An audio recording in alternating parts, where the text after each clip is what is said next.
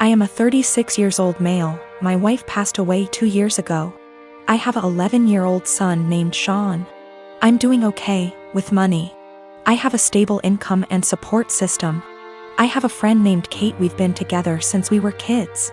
She's like a sister to me, although she tends to boss me around. She's introduced me to her female friends, hoping that I'll settle down again. I told her I have other priorities and I'm required to focus on Sean and his health. He's diabetes. Kate thinks there's something wrong with me, but not everyone's circumstance is the same. I started noticing a pattern in her behavior after she introduced me to a friend of hers. She'd tell me to leave Sean at home when we hang out and meet her friends. She'd tell me to take down any pictures that have my son and wife in it because ladies will assume that I'm a single dad or still married, and that'd limit my chances in dating. I told her to knock it off, and she said that she was looking out for my social life, saying I'm ruining it and exhausting myself. I stopped talking to her for days. Then I decided to let it go. She's been insisting on bringing her friend to visit me with other friends. I agreed to have them as guests. Kate suggested I take Sean to stay with a relative since it'll be adult dinner, but I refused. He was comfortable in his home and didn't want to go. Kate was at my place before her friends arrived. I checked on Sean and told him to tell me if he needed anything before he went to sleep. At 12:30, while I was sitting and just starting to chat with Kate's friend while Kate kept blinking at me with a smirk on her face, I got a text message from Sean telling me he wanted to use the bathroom, but the door handle was stuck and he couldn't open the door. I went upstairs to check. Kate followed me. I found that the door was actually locked. I was confused. I asked Sean and he said he didn't lock it. I started looking for the key. That's when Kate quietly handed it to me, saying she took it. I was stunned. I opened the door for Sean, then I asked her why she locked the door. She said that lied to her friend about me not having kids and didn't want her to see Sean. She said it was no big deal since he was sleeping, but I was furious. I started yelling at her as she kept shushing me. Everyone started leaving after I yelled at Kate and cussed her out for doing this. She blew up after her friend left and said I was an idiot cause most people don't mention kids until after months into dating, and that I didn't deserve her help to move on when she thought I was a decent, sane person. I called her stupid and told her to get out of my house. She told me to wallow in my misery and left.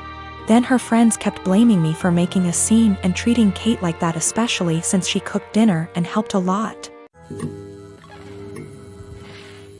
My partner and I have been in a relationship for 5 years, living together for 4. Recently my partner came home having had a short meeting with a financial advisor and was really eager to talk about our financial future, WRT savings goals, life plans, timelines for saving up a deposit for a house, etc. This is a conversation I've been trying to have for years with him, so you'd think great, right? I should be really happy we're finally there. But I'm not. Talking about us going for a meeting with a financial advisor and starting to build towards our future together has given me really cold feet about the relationship. I think part of it is why now? I've been trying to talk to him about this for a really long time. With renewed efforts at the start of this year when I landed my first full-time salaried position and was working out my budget / personal savings goals. Just 4 months ago he wouldn't have a conversation about it. But now that the financial advisor has said the same things, it's obviously something we should be doing and I should just jump on board with? I think if the advice was particularly different to what I'm already planning, I'd be less annoyed. But the advice is the same. There's a certain type of savings account you can start in the UK specifically for saving up for a house. And I've been talking about planning to open one once I'm full-time employed for literally 3 years. And he brought it up like this new, novel idea I'd never heard of. It makes me wonder if he's ever listened to anything I've ever said. He's always been more frightened of commitment / taking the next step. And I've driven that for the majority of our relationship. Become official / exclusive? I pushed for it. Move in together? I pushed for it. Start a joint account for household costs? Me move into a bigger place and buy our own furniture? My call. And every step of the way he's against it, and I have to convince him why it's the right decision. I've tried to have this financial future talk for a long time, and also the talk about mapping out what our future plans are together. But he's never wanted to have it. I guess I feel a lot of resentment that he's finally ready to talk about this because someone else has told him it's a good idea. It also brings up a lot of worries I've had about the future that might have been sitting under the surface for a while. Like the marriage and kids talk, I've always been clear about what I want, and he's always vaguely agreed with me. But trying to talk to him about time scales for it is like pulling teeth and always turns into an argument. It's not like I'm saying you have to propose now or I'm leaving or anything. It's literally just stuff like, ideally I'd like to be thinking about engagement and buying a house by 28 and married looking to have kids by 30. So he's literally got like half a decade. But we can't have that conversation because he shuts down / gets annoyed / feels pressured. And I have no idea what he wants from the future because he won't tell me. There's a lot of resentment in this post and I feel the need to clarify that I love him. He's my best friend and our day-to-day life is a dream. But I always feel like I'm dragging him into a future he doesn't want. And that he doesn't really trust / listen to me as an equal partner, until someone else tells him the same things I've been trying to say. I don't want that to be my future. I want someone who has these conversations with me and is excited about taking the next step. This feels like it has been one of the biggest underlying issues in our relationship that we've never been able to address. He doesn't ever really seem to listen to / consider me and often prioritizes his relationships with others. It's like he's expecting that I'll always just be there until he's ready, and that's not a very nice feeling to have. I'm not really sure where to go from here. I guess my big question is, how do I move past this resentment into a productive conversation about goals / expectations? I would like to be excited that he's finally ready to take this step together, but I just feel annoyed and uncertain. I would also like to address the issues of not feeling like a priority once and for all, since previous attempts haven't been successful. So I suppose my other question is, how do I make our communication better so that we can actually talk about these things and come up with a plan to fix them?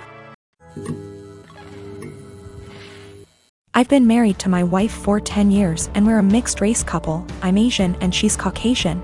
I've gotten along with her family, MIL, BIL, SIL, but I always felt like her father-in-law and other sister-in-law, Sarah, never liked me. I'm a professionally trained chef with 15+ years of experience and I work at a high-end Chinese restaurant, a spin-off of a popular one in Beijing, in a large US city. My crew and I have won several awards, and I've been explicitly told I'll be the next executive chef. Sarah is also a professionally trained chef and works at a popular upscale French restaurant in the city. She constantly brags about it and, no joke, compares herself out loud to Ramsay and Bourdain. Whenever I'm at my mother-in-law and FIL's house and helping out in the kitchen, Sarah is always criticizing everything I do. Whether it's chopping, braising, marinating, etc., she always butts in with comments like, I think you should actually do X like this. I've been patient for my wife and sidestepping those comments, saying things like, thanks, but I think I'll stick to the way I do it. Things came to a head 2 weeks ago when my wife, FIL, MIL, and I were in her parents' kitchen prepping dinner for my MIL's birthday. We were running a bit behind, so things were heated, which I kind of like because it reminded me of work. And that's when Sarah walked in.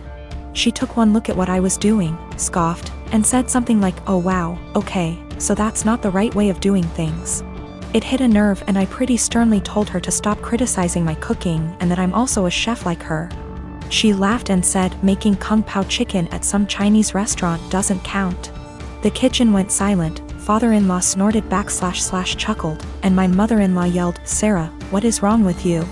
I stopped what I was doing, swore at her and called her a racist piece of shit, apologized to my mother-in-law for not being able to stay, and left for home with my wife. Apparently this caused a massive fight after we left, with my MIL / BIL / other sister-in-law taking my side and my FIL / Sarah saying, it was a joke but kind of true and that I was being too sensitive. The extended family somehow got wind of this and now everyone is arguing and taking sides, with my wife even getting texts from some her cousins apologizing for Sarah's behavior. Despite being on my side, my wife is begging me to apologize so that the fighting will stop, but I refuse to because Sarah and her blatant racism. I'm a chef working at upscale Chinese resto, my sister-in-law is a chef at upscale French resto. She's critical of my cooking skills and has now called it making kung pao chicken at a Chinese restaurant. Family at war, wife begging me to apologize. My wife has also informed me that now Sarah may be in trouble at work and she's blaming me for it.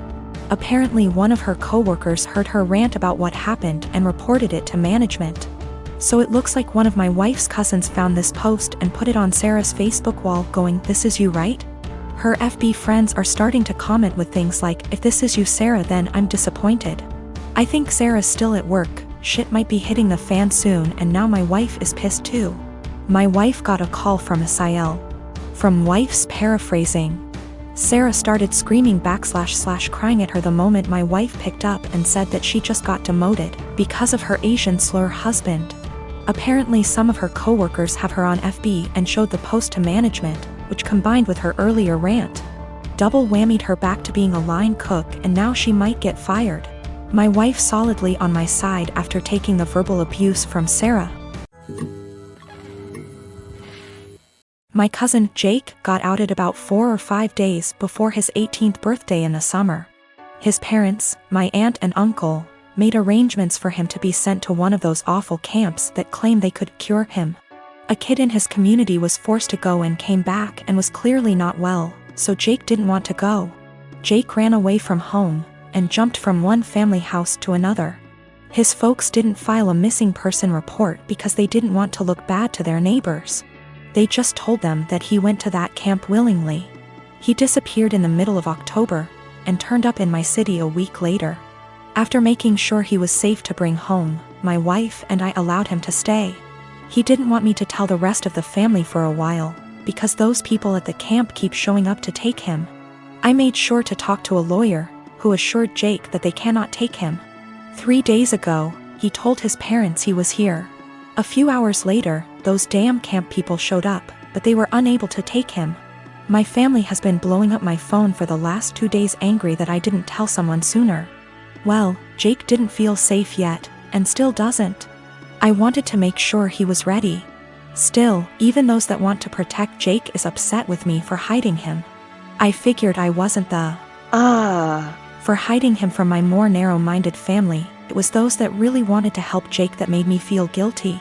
They were all scared out of their minds and wanted the peace to know he was okay. I felt bad for not telling them. Though I am sure they wouldn't had turned him in, I felt bad because we were working on keeping him safe. Also, we got a lawyer who got the police on the lookout for those camp people in case they try anything. Jake is not going out alone until we are sure he is safe. We are looking on how to get his paperwork, like his birth certificate, here because no way he trusts his parents to just hand them over. My granny-in-law is talking to some people that could help.